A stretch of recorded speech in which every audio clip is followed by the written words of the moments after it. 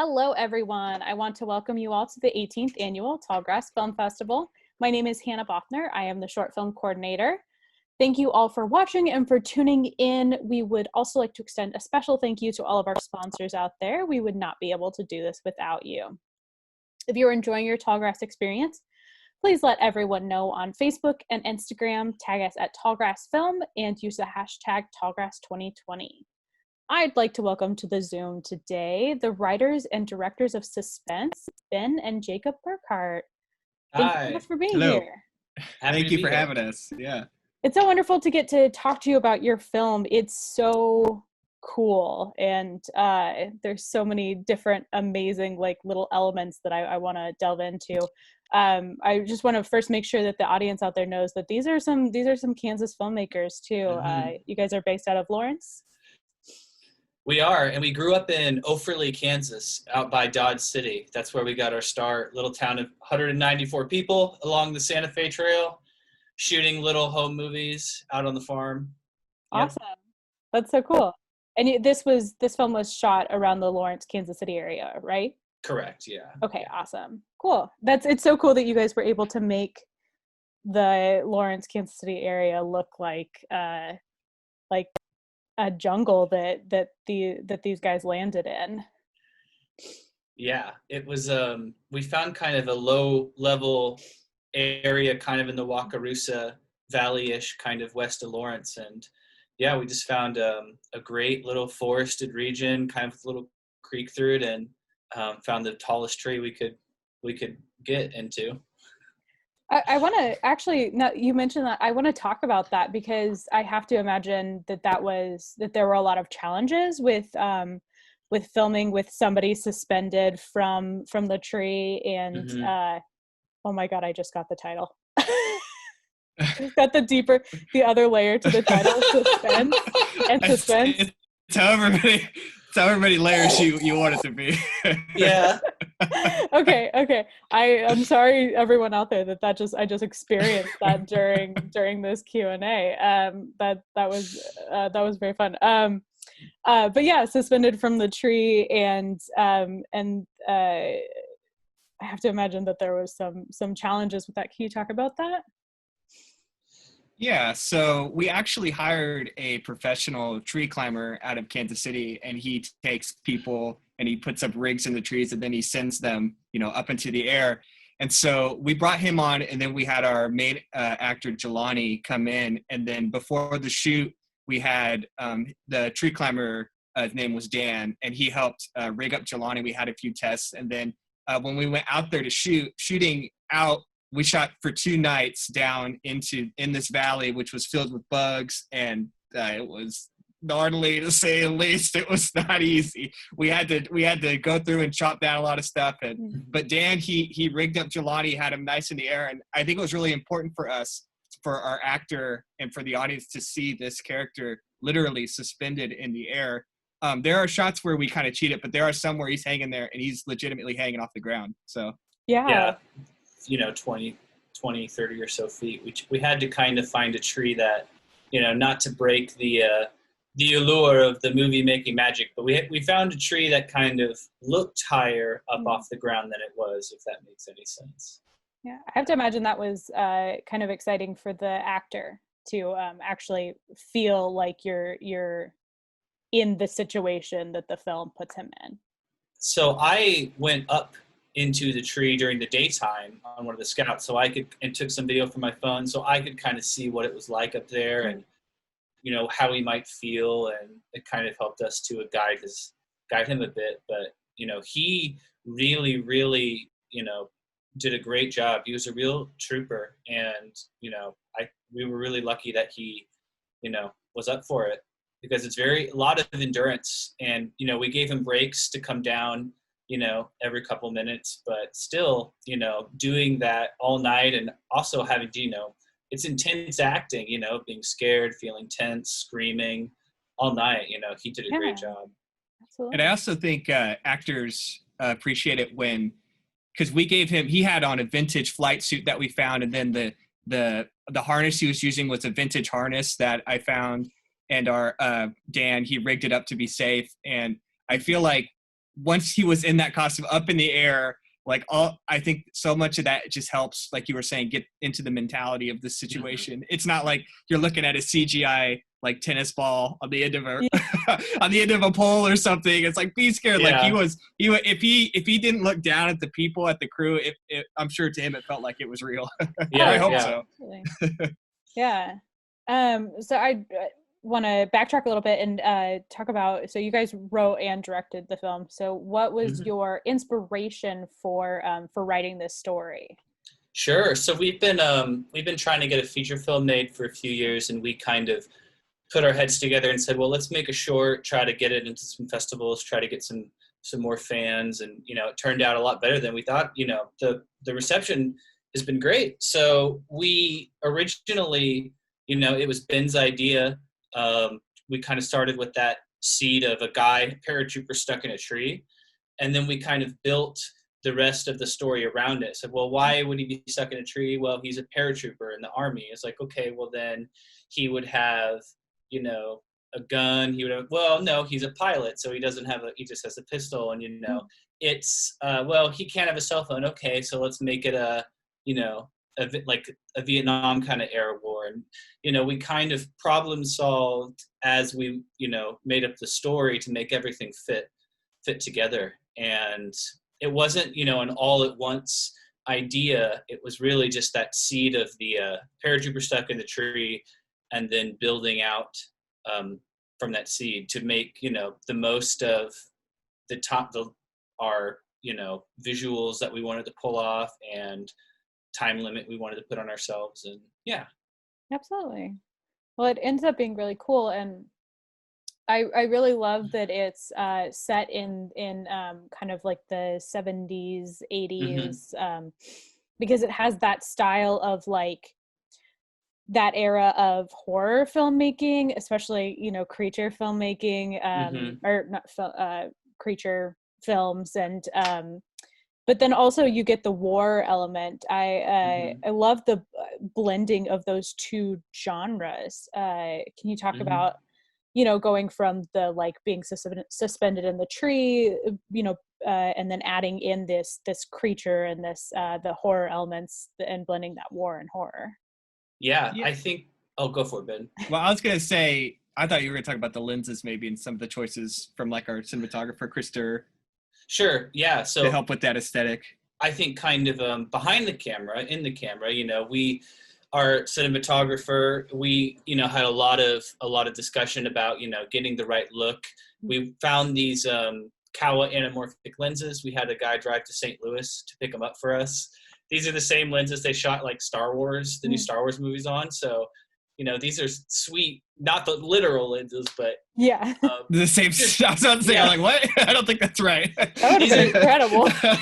Yeah, they're sweet lenses, and you know that gave us that anamorphic look, the lens flare, because literally we had a flare that we wanted to flare out, and you know. Yeah, I wanted to ask about that too. So if you want to talk more about that, because that shot is so cool, so gorgeous. The coloring is so cool.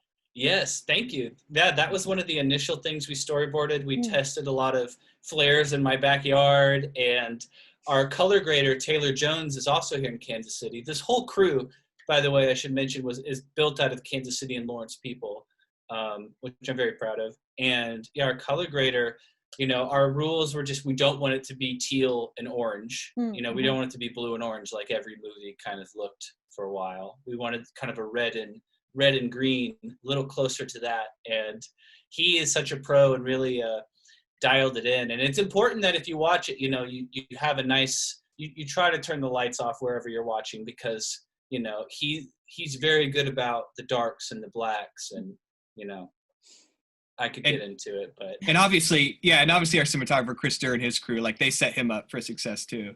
With yes. And what did we have? I always forget if it's called a jib or a. We had a 40-foot crane that we plowed down into the valley, and then, you know, that's how we kind of got up and close into Jelani's, you know, person up there. And it was a lot. It was a huge production down there, and we were lucky we had a nice little house to sit in when we needed to take a break. But As far as the monster goes, that was Corey Hinesley, and she did a great job of getting this kind of, on Letterboxd, the film reviewing website for film hipster nerds. Somebody said, "Gotta watch out for those cryptids, man," and that's, I think he put it out the best. It's kind of a cryptid. It's sort of a I don't want to spoil it too much if anyone hasn't watched it, but it needed to be something very physical and tangible. We didn't want to do anything CG because I think that gives itself away, and we did just like a little bit of CG and onto a physical, practical creature, and that lets it have the right weight, lets it have the right light hit it, and makes it even like hits that uncanny valley area perfectly. Yeah. And the last thing I'll say about it is, Ben and I devour horror movies and horror shorts, so we kind of wanted to take our favorite things from everything we'd seen and kind of subvert things we'd seen. And, the ending was sort of a subversion of how a lot of horror shorts end. A lot of horror shorts end on one big final scare, cut to credits. We wanted to do something different. And I like shorts where you're hovering over the space bar trying to pause it to see, what that was. And that's something we kind of wanted to put into it. But yeah, it's a long answer, but I don't even remember the question. She asked us about the monster and about the look and about the lenses. Yeah. I think I'm going to, with your permission, create now a rumor that there is this cryptid in the Kansas City area, if that's okay. We got it on film. We have it on film. Yeah. I love it. You mentioned right at the end there the kind of cliffhanger that we get, and then we go into the credits, and then we've got the voiceover over it with the sound effects, and it brings in a little bit of humor too. There's elements of humor throughout as well, but I love the interaction between those two actors too, and especially in the voiceover there. But yeah, I liked the decision to continue the film over the credits. Can you speak to that decision? Yeah, I think like Jake was saying, a lot of these horror shorts end with a big like blah, like the monster or something just comes onto the screen. And I, like Jake was talking about subversions. To me, it's really important that I don't like sometimes it works for me, but I don't like it when characters are in a movie, they go through the whole thing and then they get some cheap undercut and then they lose and like the monster wins. So yeah, I think that ending, we had the idea of the strap tightening. I'm just gonna say what happens. I'm assuming people have watched it. Sure. Then we had the idea of the strap tightening, and then Jelani goes flying into the air. And then when we were on set, it was we couldn't quite get it exactly what we wanted, so we took what we had, and then I kind of made the decision to extend that into the credits. And we had done some voice work. We got a bunch of alt lines from the actors before we shot. And so I took all those like alt lines, and then I kind of just built everything with sound. We didn't film any of that. That's all I had to just build on my own. And I think a part of it is, one, it was something that I don't see too often. And I think credits don't always get their fair due. People just shut off their brain. And so I wanted to test out this idea of let's keep the story going, but have the credits so that people are a little like caught off guard, and they're like, oh, the story's still going. I'm excited. It kind of mirrors the intro too, with the intro is kind of an abstract plane crash, and then the ending doesn't really give you all the information, and the ending doesn't give you it all. And we're kind of trying to say the most important part is the little scary part in the middle. And also, I think Jelani and Robert were friends, kind of actor friends in Kansas City, and Ben and I did 2 or 3 kind of rehearsals just in my backyard with them, and it was just important that their rapport was natural, and they were kind of busting each other up a bit, and yeah, I think they did a great job in regards to that. Yeah. And them knowing each other helped. obviously, with that connection. So that you see that on screen. So yeah. Absolutely. Yeah, they feel like friends, especially with that I love the VO of the it's dead now. It's dead now. Right. Yeah. It feels like how I would actually like talk to my friends, but for me it's just about like the spider in my bathroom or something. So. Yes. Well, thank you guys both so much for talking with us here today. Thank you so much for speaking about your film, and thank you for your film. It's so wonderful and entertaining. And you mentioned before, the like maybe making the short to get to the feature. Is that the plan here? So I wanted to correct Jake earlier. I said it, but we'll just do it now. So we have a different feature that's completely unrelated to this. And so we made, this is obviously the same style and kind of feel of the way we like to write and direct. But we've been working on a feature film, and it's called Follow the Leader. And what it is, it's 3 characters, and one has lost his ability to see, one has lost his ability to speak, and another has lost his ability to hear. And they wake up inside an abandoned mall, and something's hunting them. And throughout the movie, the camera actually goes into their perspective, into their point of view, so that when you go to the guy who's deaf and can't hear, all you see is video and no audio. You go to the guy that's blind, you just see black screen and just audio. And so you can go to followtheleaderfeature.com, and then that'll have some information about the film, but have links to all of our social media that you can go on to.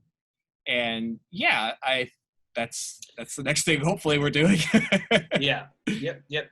That's been a labor of love trying to get that made, and I think it's going to have a lot of the same. It's funny, it's set in a completely different setting, but it's going to have a lot of our same kind of filmmaking instincts and style put into it. Yeah. That's incredible. I love the setting of an abandoned mall. It's so.